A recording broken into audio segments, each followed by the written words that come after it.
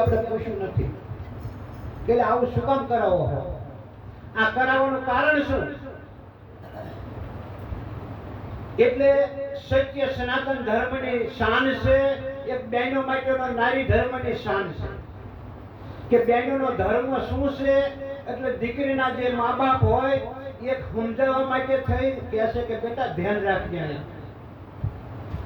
આજ સુધી તું કુંવારી હતી તો કુંવારી હતી ત્યાં સુધી ભલે મોળાકત કર્યા હોય, વ્રત કર્યા હોય, રવિવાર રહી હોય, 11 કરી હોય, જે કર્યું હોય તે ભલે કર્યું, પણ પરણ્યા પછી આ તારો પતિ પરમેશ્વર છે એનું પૂજન કેમ કરવું ને કેવી રીતે કરવું અને તારા માવતર સવીના નજરે કરી બતાવી. બેટા અહીંયા ધ્યાન રાખજે.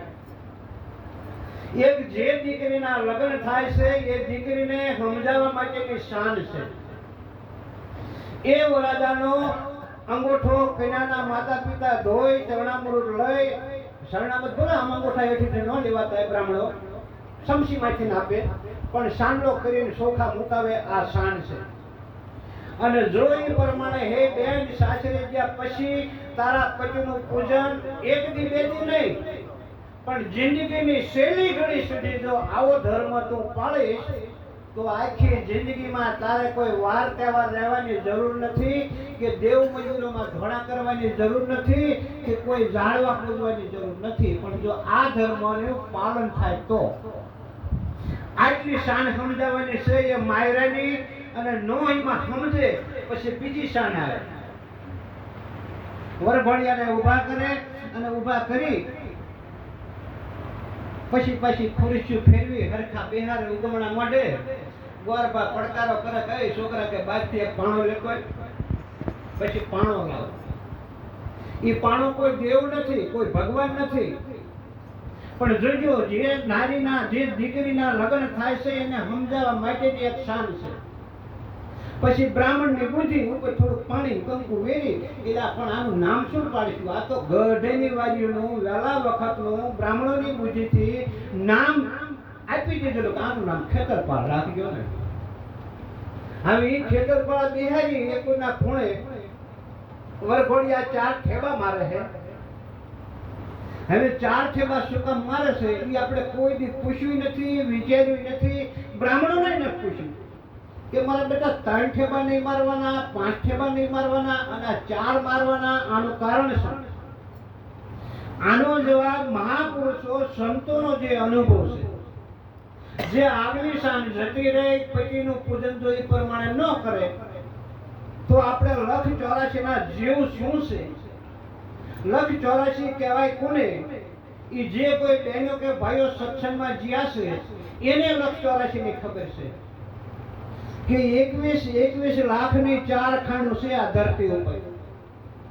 21 લાખની જે 4 ખાણ્યું છે એમાં એવા અવતારો આવે છે કે જોજો 21 લાખ અવતાર આ જમીનમાંથી રેઢા પ્રગટ થાય છે. એ જમીનમાંથી રેઢા પ્રગટ થાય. કોઈ પાંખુવાળી ઈંદોર હોય, પાંખુવાળા મકોડા હોય, લાલ ગાવડી હોય, ઈવડ્યું હોય, પણ કુલ 21 લાખ અવતારની એક ખાણ ભોગવ્યા પછી જ્યારે બીજી ખાણીમાં આવે ત્યારે પરસેવે એટલે પરસેવાથી જીવ બને છે એવા 21 લાખ. આ ટૂંકમાં વાત છે કારણ કે બધાએ સાંભળેલું છે ઘણા ખરા. પછી 21 લાખ અવતાર એવા આવે છે જેને ઈંડા જ ખાણી કહેવાય. એટલે ઈંડામાંથી જ ઉત્પન્ન થાય. તમે જે કોઈ ઈંડા જોયા હોય કદાચ 100 બહેન આપ જોયા હશે, પણ 21 લાખ ઈંડા છે. એ 21 લાખ ઈંડા જ ખાણી ભોગવ્યા પછી જ્યારે ચોથી ખાણ આવે ત્યારે આવા દેહનો જન્મ થાય કે કોઈ પ્રાણીનો દેહ થાય જન્મ, તો એની અંદર ફરતી ઓર વેટાયેલી આવે. ઓર વેટાયેલી આવે છે એનું નામ છે જરાયુજ ખાણ.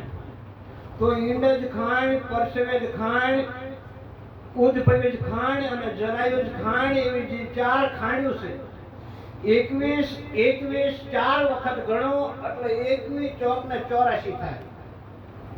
તો 21 ચોક ને 84 લાખ યોની જે છે એમાં માયરાની શાનમાં જો ન સમજે તો આ 4 ઠેબા ખેતરપાળના એટલા માટે મારવાના છે કે હે બેન તારા પતિનું જો પૂજન નહીં કરે, તારા પતિની સેવા નહીં કરે અને હાંજ હવાર તો દેવ મંદિરોમાં ધોડીશ કંઈક જપમાં, કંઈક તપમાં, કંઈક ઝાડવા પૂજવામાં, કંઈક ગારા પૂજવામાં, કંઈક પાણા પૂજવામાં આખી જિંદગી કાઢીશ તો જોઈએ આ ખેતર પડે 4 ઠેબા ખાધા છે એમ તારે ચાર ખાણીમાં બહુ ઠેબા ખાવાનું રહેશે.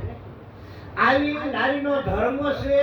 સત્ય નારીનો ધર્મ શું છે આપણને બ્રાહ્મણ લોકોએ ભૂલાવી દીધું છે.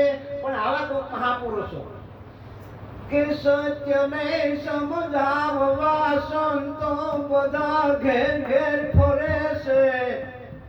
હે સતી ધર્મનો ઉપદેશ દેવા સાદા વેશમાં ફરે છે. આવડા સંતો, જો તમે કોઈ સંતો ભગવા લુગડા વાળા દાઢી જટા વાળા માનતા હોય ને તો ભૂલી જજો. સત્યનો માર્ગ, સત્યનો ધર્મ જો સમજાવતા હોય તો આવા સંતો જે આવે નહીં, જાય નહીં, મરે નહીં, બધાની અંદર સત વ્યાપી રહ્યું છે એવા સતને જો ઓળખાણ દેતા હોય તો આવા મહાપુરુષો. એવા સત્યને સમજાવવા સંતો બધા ઘેર ફરે છે. એ સતી ધર્મનો ઉપદેશ દેવા સાદા વેશમાં ફરે છે. પણ નથી માનતા આ માનવી, હે મનમાં અવળા ઘાટ ઘડે છે. આ સતી ધર્મની વાત જો કરવા જાય તો બહેનો બેઠા બેઠા અવળા ઘાટ ઘડે છે. જેને સત્સંગ નથી સાંભળ્યો એ બહેનો એમ કે લે પોતાના ઘરને કે સાંભળો ખરાય તો એ શું આપણો ભય છે. અવળા ઘાટ ઘડે છે. નારીનો ધર્મ શું છે એ બ્રાહ્મણોએ ભૂલવાડી દીધો છે. સાચો માર્ગ જાણવો હોય, સાચા માર્ગે ચડવું હોય તો આવા મહાપુરુષોનો સંગ, સંતોનો સંગ, સંતોનો સત્સંગ, તો આ જીવાત્માને ભવસાગર પાર ઉતરતા વાર લાગે એવું નથી. એટલે મહાપુરુષો કહે છે સતી ધર્મનો ઉપદેશ દેવા સાદા વેશમાં ફરે છે. એ નથી માનતા માનવી આ મનમાં એવળા ઘાટ ઘડે છે. એ તો બર જણાવે જુગતી તો પછી મુક્તિ મળે છે. એવી જુગતી જબર જણાવે જુગતી તો આ જીવાત્માને મુક્તિ મળે છે. બાકી ગમે એટલા ધોળા કરણ, ગમે એટલા વાર લ્યો, ગમે એટલા તહેવાર લ્યો, ગમે એટલા પાણા પૂજો, ગમે એટલા વડ પૂજો, ગમે એટલા ગારા પૂજો, મારા બાપડા કઈ વળે એવું છે નહીં. હાચો ધર્મ નારીનો છે એ સનાતન ધર્મની અંદર છે અને સનાતન ધર્મ સિવાય બીજા કોઈ સમજાવે એવું નથી. આથી આગળ વિશેષ બોલતો નથી, સમય થઈ ગયો છે. મારી વાણીને વિરામ આપું છું. બોલો સદગુરુ મહારાજની